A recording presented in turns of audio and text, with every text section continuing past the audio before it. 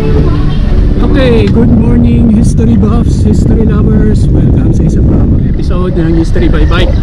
And nandito tayo ngayon sa may Norsagaray sa Bulacan. First time natin magpunta dito. May pupunta tayong historical spot dito, which is yung Pinagrialan Cave. So bago natin simulan, mag-share, mag-like, mag-share, mag-subscribe sa aking YouTube channel. And this is History by Bike. Our new episode, Pinagrialan Cave.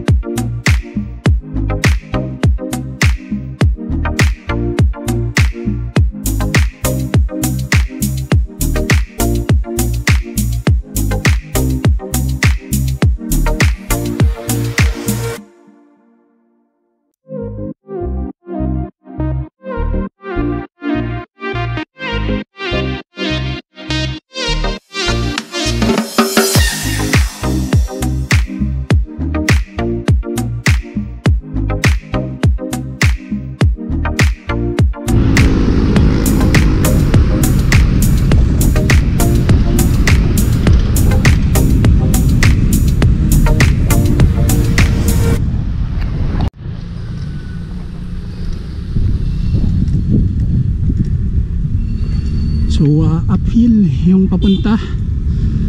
Actually marami na tayong nadaanan din kanina na pataas. So bali dun sa nagawa ko ding research and yung isang entry sa isang vlog, ang pangalan ng vlog is yung Singkit. So limestone formation itong Pinagrialan Cave. So, matagal na daw yun na yung lupang malapit dun sa cave is pagmamayari ng pamilya nila. So may isang daang taon na rin yung lumipas.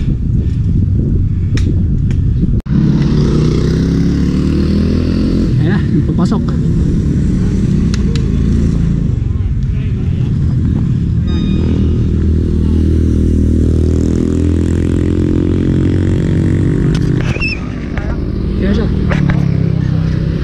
Pinagrialan.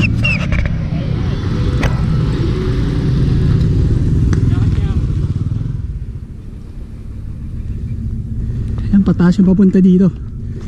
Ayan, may marker. Pinagrialan. Ayan pa, pataas pa.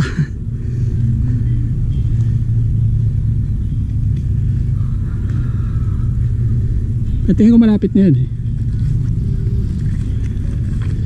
Mga 300 meters.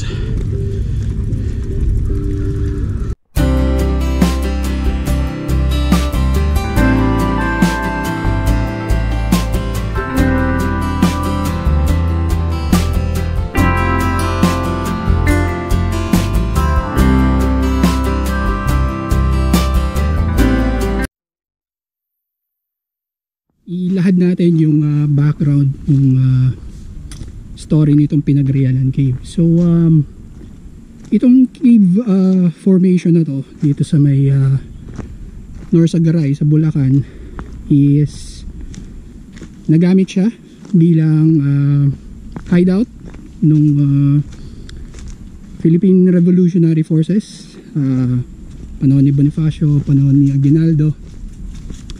So nagkakaroon ng secret meetings yung mga katipunin dito, mga katipunero. And dun sa nabasa ko sa vlog ni Singkit is yung mismong kanunuan niya, si Ambrosio de la Cruz, ay isa sa mga leaders dito ng katipunan sa Bulacan. And sila yung nagko-conduct ng mga secret meetings dito sa loob ng cave. And nung panahon din na nagsimula na yung Lacambre Offensive sa may Cavite, so na-dislodge yung mga katipunero doon at kinailangan nilang lumikas, lipat dito. So isa to sa mga dinaanan ni General Emilio Aguinaldo noon. At itong cave din na yan ang ginamit ng secret shelter, taguan. Yan. Ayun, merong mga ano dito, mga markers, local na markers, merong kwento. Ayun siya, medyo kupas na nga lang. Si Ambrosio de la Cruz or Cabezang Ambon tawagin. Ito, pangalan niya. Kilala si Ginoong Cruz bilang si Cabezang Ambon at tinatawag naman siya noon ng mga sundalong Katipunero bilang komandante.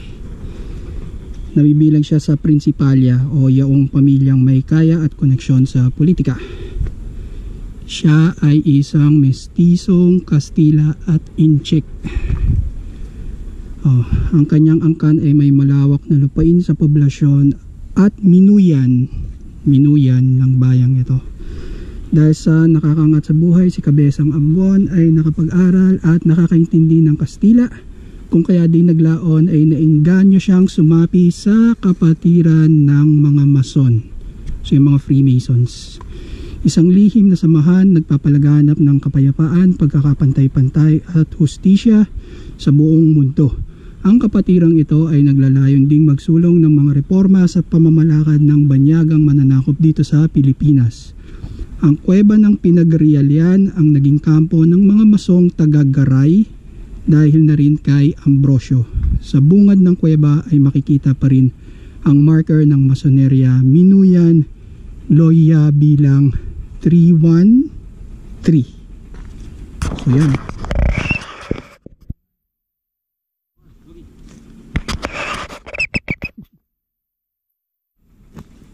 May guide kami. Yan, kuweba ng Pinagrialian.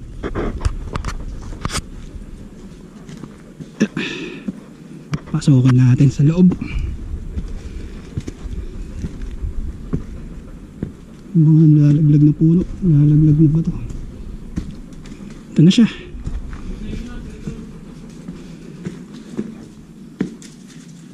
Yung bibig. Sama ka pala. Very good. Sama ka, doggy. Very good.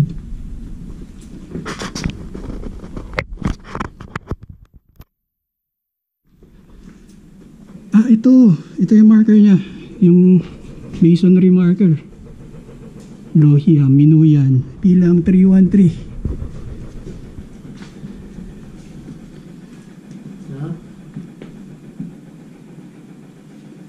Piece of history.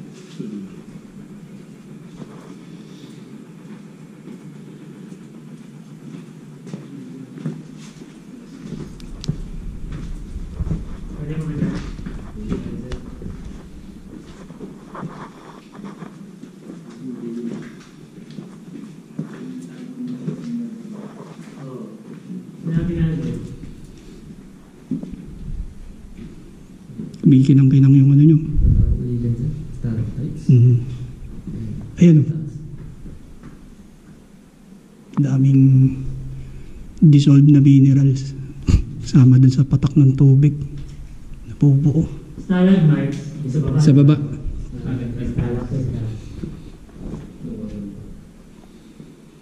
Yun o. Ito. Nagdugtong na siya. Magkadugtong na.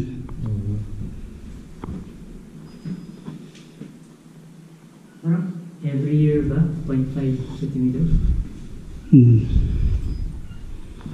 Stig. May naririnig akong panik eh. Ayan. Picture.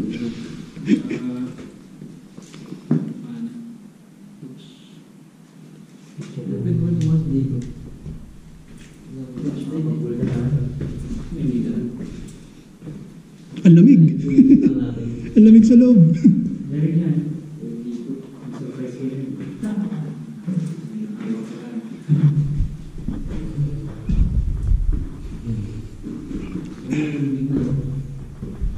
May tubig na. Ayan, may palaka. Focus natin. Ayan. Palaka, dami.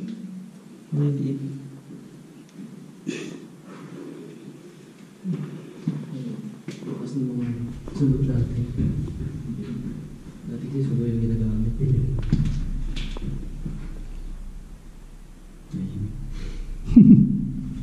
Pasok ka ba?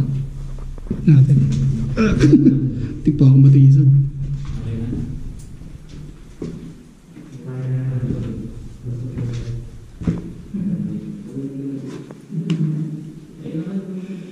So, hindi lang yung Katipunero yung mga nagkuta dito, kundi pati rin yung mga Hapon daw nung panahon ng Kalawang Digmaang Pandaigdig.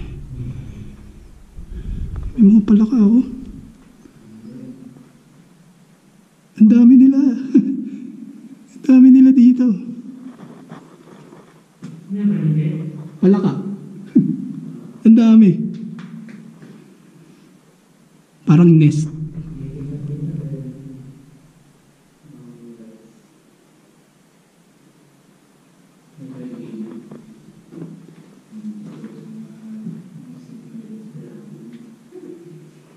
At mayroon pang isang kwento na hindi lang isang mga Katipunero or mga Hapon yung nagkuta dito. Meron ding isang parang fugitive or stowaway na pumunta na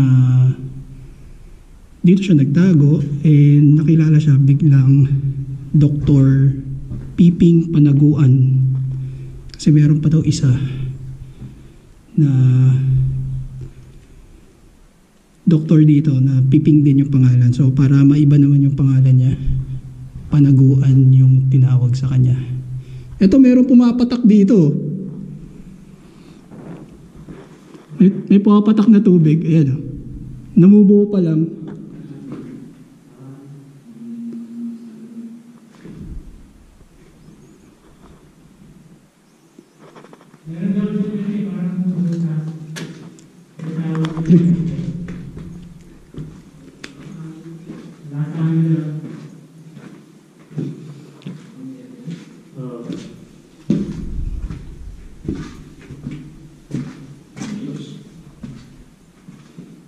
Makita mo yung mga palaka. Dami dun mga maliliit. Re-anak niya na kung paano siya Aguinaldo. Mga tropa, dito muna tayo. Chill lang tayo. Sila boring. Ayun ang mga paniki. Ayan o. Ito. Oo nga. Tapos nalaglagan ako ng ipot, no?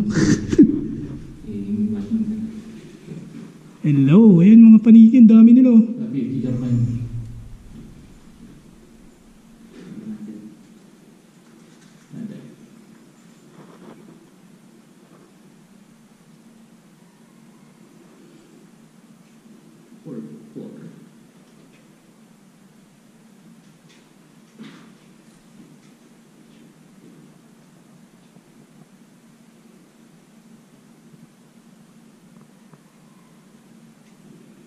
Chill lang kayo dyan, chill.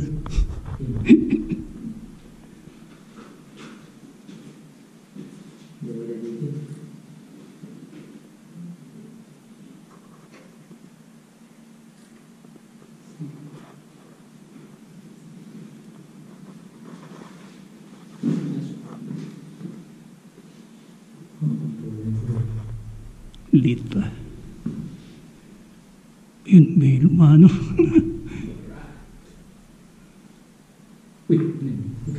Yeah.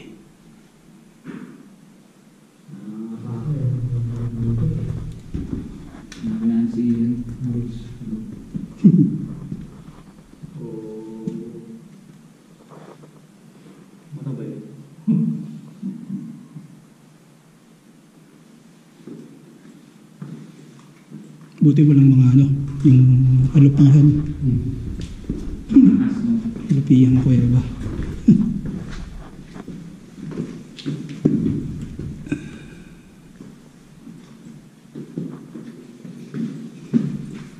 Picture tayo dyan sa labas. Diyan sa ano, bungad. Nakalimutan pa dali cellphone ko.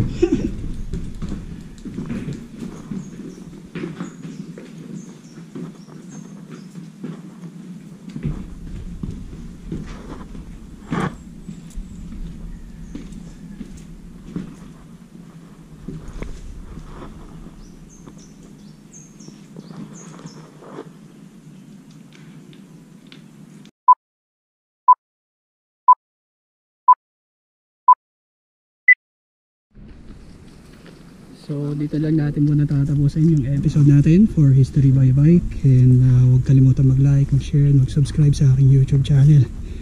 And this is History by Bike, signing off from the Pinagrialan Cave Formation in Norzagaray, Bulacan. And thank you very much for watching.